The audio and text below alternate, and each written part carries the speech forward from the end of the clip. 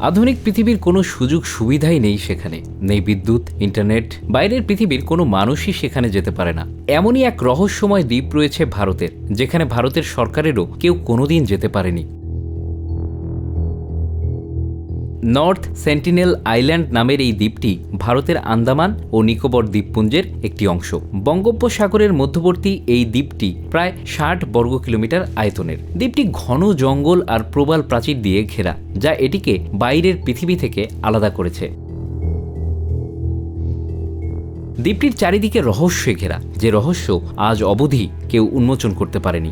যে দু একজন প্রবল আগ্রহ নিয়ে সেই রহস্যের সন্ধানে গেছেন, তাদের কেউই জীবিত ফিরতে পারেনি।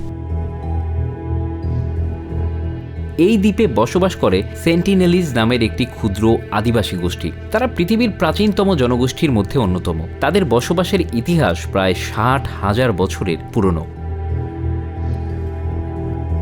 সেন্টিনেলিজ জনগোষ্ঠী বাইরের দুনিয়ার সঙ্গে কোনো যোগাযোগ রাখে না। তারা শিকার, মাছ ধরা এবং ফল সংগ্রহের মাধ্যমে জীবন ধারণ করে। তাদের বাড়িঘর তৈরি হয় গাছের ডাল আর পাতা দিয়ে। তারা অস্ত্র হিসেবে ব্যবহার করে তীর, ধনুক এবং বর্ষা। এই অস্ত্র দিয়ে তারা নিজেদের রক্ষা করে এবং শিকার করে। তারা বাইরের পৃথিবীকে হুমকি মনে করে। 2004 সালে সুনামির পর ভারতীয় নৌবাহিনী হেলিকপ্টার পাঠায় তাদের অবস্থা জানার জন্য, কিন্তু সেন্টিনেলিজরা তীর ছুঁড়ে প্রতিরোধ জানায়।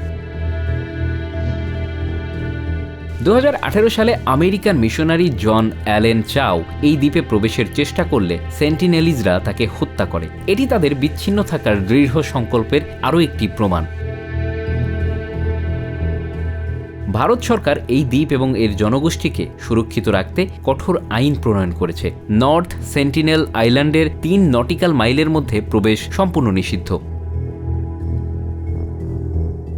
নর্থ সেন্টিনেল প্রথমবার 1771 সালে ব্রিটিশ ক্যাপ্টেন জন রাইচের নথিভুক্তিতে উঠে আসে, তবে এর গভীর ইতিহাস বহুদূর পর্যন্ত বিস্তৃত।